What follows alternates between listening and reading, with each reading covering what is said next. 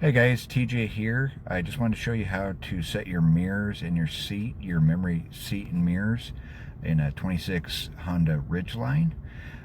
If you're doing it in a CRV Pilot Passport, this left to right toggle is it's gonna be down here instead of right there. But the most important thing is to make sure that gets back in the middle.